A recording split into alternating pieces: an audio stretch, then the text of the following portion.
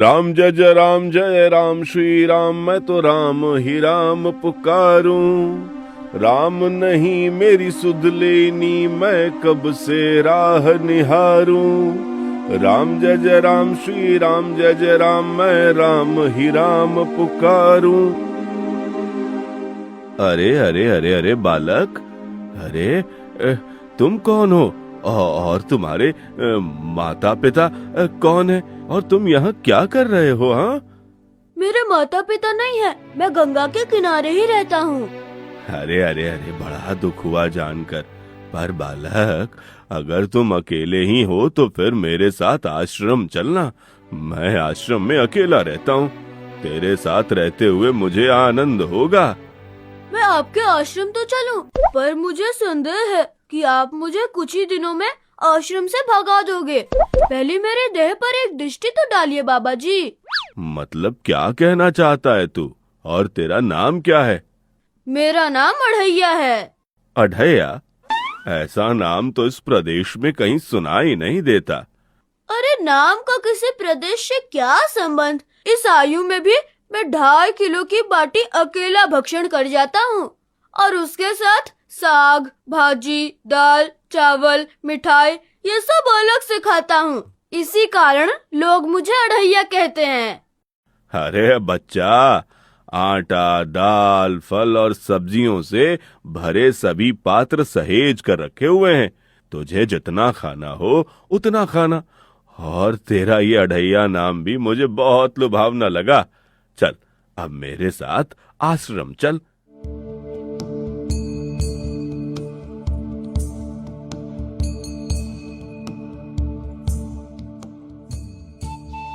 आप जितना काम बोलोगे सब कर दूंगा बाबा जी, लेकिन भोजन खिलाने में कोई कमी मत करना। 2.5 किलो की बाटी तो चाहिए ही मुझे। फिर ज्यादा भूख हुई तो कुछ कह नहीं सकता। आप इंतजाम कर देना जल्दी से। अरे भाई, तू जितना खाना हो उतना खाना। लो, ये रहा हमारा आश्रम। यहाँ तुझे जितना खाना हो उतना खाना। लेकिन हमारे आश्रम का एक नियम है कि एकादशी के दिन उपवास होता है। मतलब उपवास में क्या करना होता है? उस दिन आश्रम में चूल्हा नहीं जलेगा। उस दिन भूखा ही रहना पड़ेगा। वो महीने में कितनी बार आती है?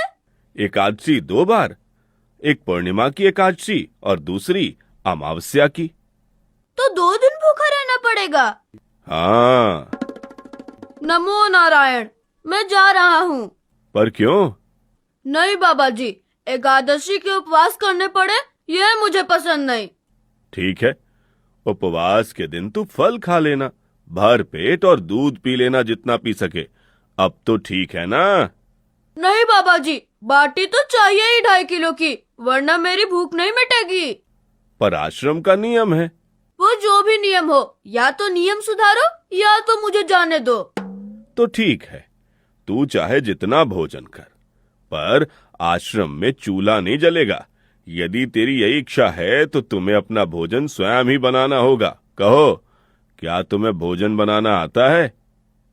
मुझे बचपन से ही गरीबी ने अनेक कलाएं सिखा दी है। रसोई बनाना भी मुझे भली भांति आता है। तो फिर आटा सब्जी लेके आश्रम से दूर जंगल में जाके वहां रसोई बनाकर पा लेना।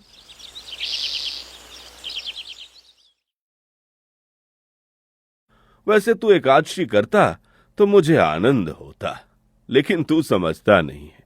पर ठीक है, आश्रम में रसोई मत बनाना, एकादशी कल ही है। हाँ बाबा जी, आप मुझे रसोई का सामान दे देना, मैं बाहर जाकर खाऊंगा। आप यहाँ एकादशी करना।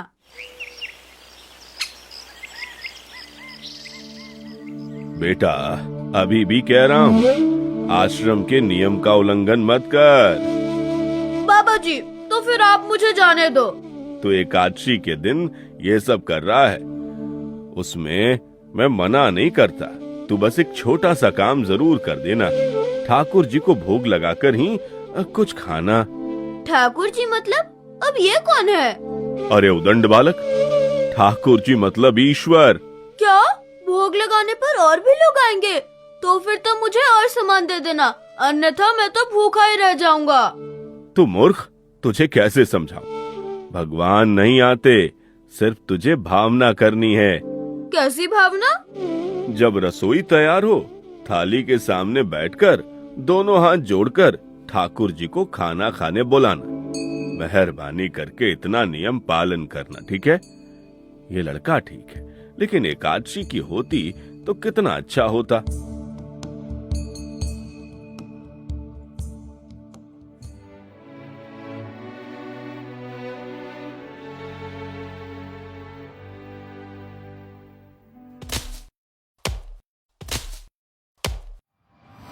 गुरुदेव के ठाकुर, अब खाना खा लो। स्वामी, भोजन तैयार है, कृपया आइए। प्रभु, आप इतनी जल्दी किस और प्रस्थान कर रहे हैं? सब कुछ ठीक तो है? देवी, चिंता मत करो। मेरा एक भक्त गहरी श्रद्धा से मेरा स्मरण कर रहा है। मैं शीघ्र ही लौट आऊंगा। आपका जाना तो आवश्यक होगा ही प्रभु। बस जल्द वापस आ जाइए, मैं प्रतीक्षा करूंगी। अवश्य देवी, मैं अपने भक्त का मन शांत करके तुरंत वापस आ जाऊंगा। गुरुदेव के ठाकुर, आप खाना खा लो। ओ भैया, आप कौन हो? मैं ही तुम्हारे गुरुदेव का ठाकुर हूँ। तुमने मुझे इतने प्रेम से बुलाया कि मुझे आना ही पड़ा। गुरुजी के ठाकुर? बाबा जी तो कहते थे ठाकुर जी नहीं आते, और आप तो मेरे थोड़े से बुलाने पर ही चले आए। बाबा जी ने मुझे ठगा है, और आपने भी। अरे ठाकुर, कुछ तो मर्यादा रखी होती। तुरंत दूसरे की बनाई रसोई पर टपक पड़े। अब लो, खा लो।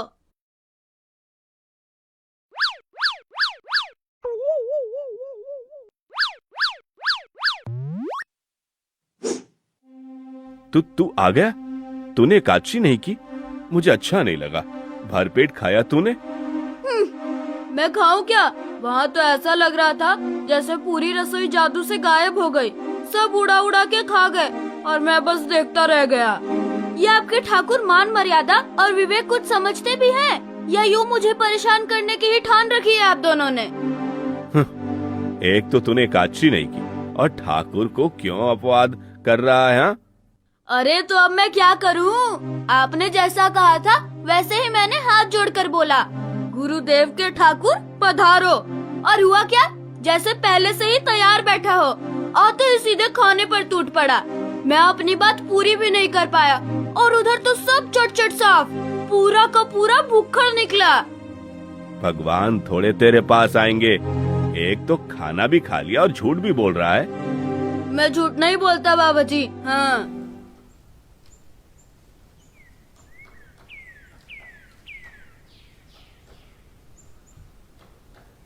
कल एकादशी है। हाँ बाबा जी, मैंने कैलेंडर देख लिया है। कल मैं 1.5-2 किलो नहीं, पूरे 5 किलो आटा लूंगा, क्योंकि आपका ठाकुर आता है। 2.5 किलो का खाना उनका और 2.5 किलो का मेरा। तुझे जितना लेना हो उतना ले लेना। या तो तेरी खुराक बड़ी होगी, या तो मेरे मित्र आए होंगे खाने। ठाकुर जी को अपवाद क्यों कर रहा है?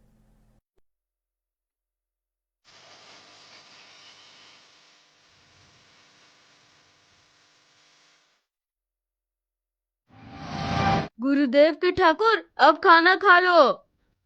अकेले अकेले कहाँ जा रहे हो स्वामी? मेरा एक भक्त मुझे भोजन के लिए बुला रहा है। तो फिर मुझे भी साथ ले चलें।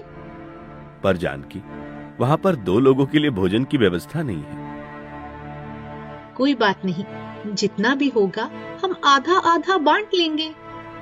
ठीक है, चलो। पर वो लड़का कुछ भी बोले, उसकी तरफ ध्यान मत देना। गुरुदेव के ठाकुर, अब खाना खा लो। ठाकुर, ये बहन कौन है? ये बालक मुझे बहन कह रहा है। जानकी, तुम शांत हो जाओ और भोजन ग्रहण करो। ठाकुर, ये है कौन? ये मेरी पत्नी है। ओह, तो आप शादीशुदा हैं। घर में तो खाना था ही नहीं और आप चले आए। अरे आने से पहले बता तो देते ना, जरा सी अकल है कि नहीं? एकादशी की ऐसी की तैसी।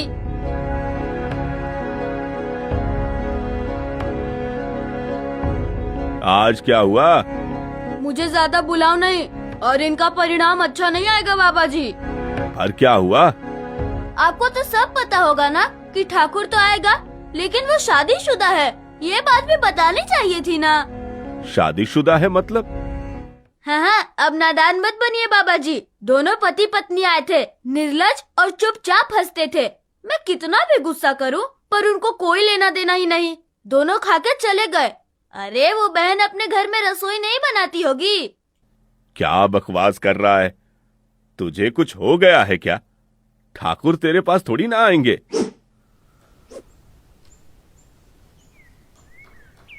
कल एकादशी है। हाँ हाँ, मैंने कैलेंडर पहले ही देख लिया है। आज मैं 5 किलो आटा नहीं लूंगा, 7.5 किलो आटा लूंगा। 2 लोग वो और एक मैं। तुझे जितना ले जाना है उतना राशन ले जाना। मैं कब मना कर रहा हूँ, पर तू झूठा नाटक मत करा कर।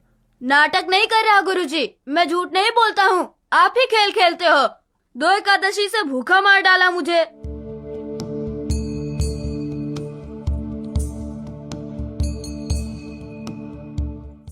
गुरुदेव के ठाकुर, अब खाना खा लो।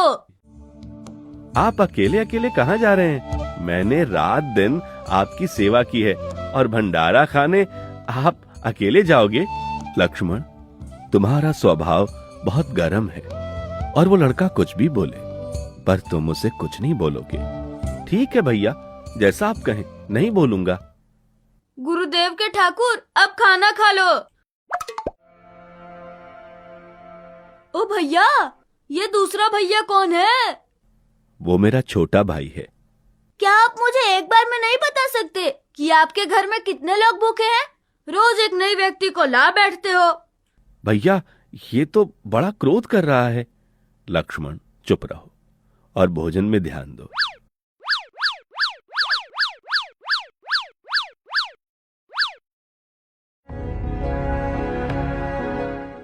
आज तो ठीक से खाना खाया ना? मुझे गुस्सा मत दिलाओ बाबा जी। पता नहीं इस बच्चे की क्या समस्या है। कल एकादशी है। हाँ बाबा जी, मैंने कैलेंडर में देख लिया है। आज मैं 10 किलो आटा लूंगा। 10 नहीं, 20 किलो राशन ले जा। लेकिन तू झूठ बोल के ठाकुर का अपमान मत कर। आप मेरी बात कभी नहीं मानोगे। मैं झूठ नहीं बोलता। गुरुदेव के ठाकुर, अब खाना खा लो। आज मैं भी आपके साथ जाऊंगा प्रभु। चलो हनुमान, वहाँ कुछ बोलना नहीं, चुपचाप भोजन पा लेना। गुरुदेव के ठाकुर, खाना खा लो। ठाकुर, अब ये दूसरे भैया कौन है? वो मेरा सेवक है। सब कुछ यूं ही छोड़कर अड़ैया क्रोधित होता हुआ आश्रम की ओर चल पड़ता है। कुछ दिन बीते और फिर नई एकादशी आने वाली थी, मगर अब अड़ैया का सब्र का बांध टूट चुका था। कल एकादशी है। हाँ, मैंने कैलेंडर पहले ही देख लिया है। आज मैं 12.5 किलो आटा ले जाऊंगा। कुछ भी हो जाए, आज उन लोगों को छोड़ूंगा नहीं। मन में ऐसा विचार करते हुए अड़ैया रसोई बनाने जंगल की ओर निकल पड़ता है। गुरुदेव के ठाकुर, अब खाना खा लो। अरे यार, आज तो तूने कुछ बनाया ही नहीं। अब ऐसा ही होगा। आपके भैया को बोलो लकड़ियाँ काट के लाए, और इस पवन पुत्र को बोलो आग जलाए। आपकी पत्नी को बोलो रसोई बनाए, और आप उन्हें मदद करो। और भोजन तैयार हो तब मेरी थाली अलग करके फिर अपना पाना। मैं वहाँ बैठा हूँ। अरे, तेरी बनाई हुई रसोई तो हम पिछली 4 एकादशी से पा रहे हैं, लेकिन आज हम तुझे खिलाएंगे। हनुमान, तुम लक्ष्मण को साथ ले जाकर लकड़ियां काट लाओ।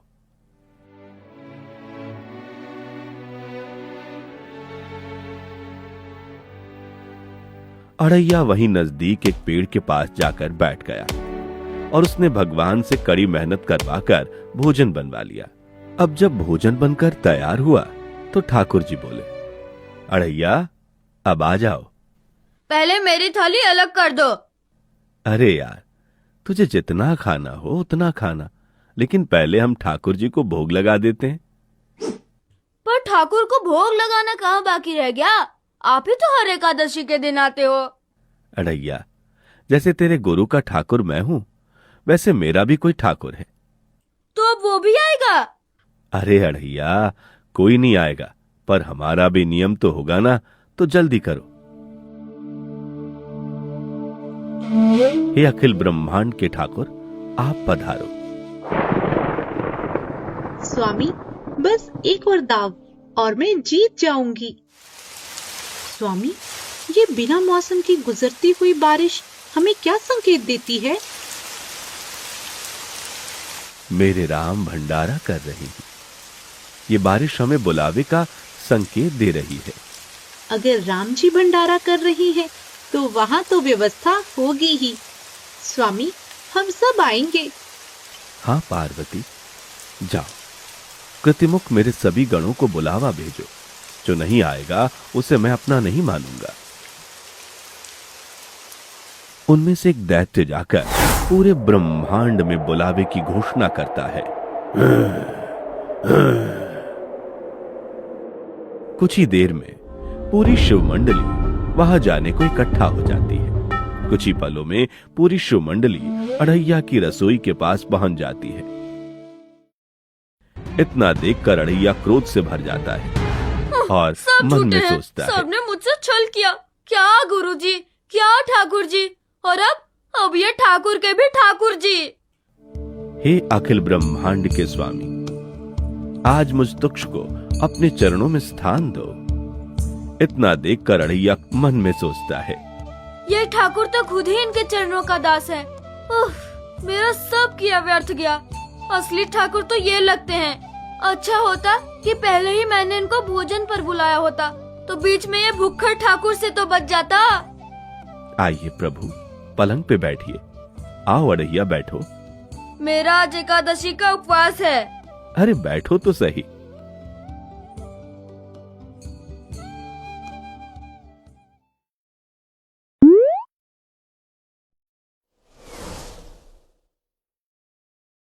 ठाकुर, आपने अपने लोगों की पूरी थाली भर दी और मुझे सुपारी के दाने बराबर एक टुकड़ा दिया।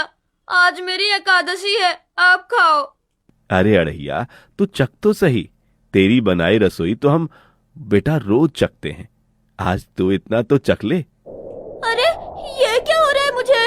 बचाओ बचाओ, बाबा जी बचाओ बचाओ।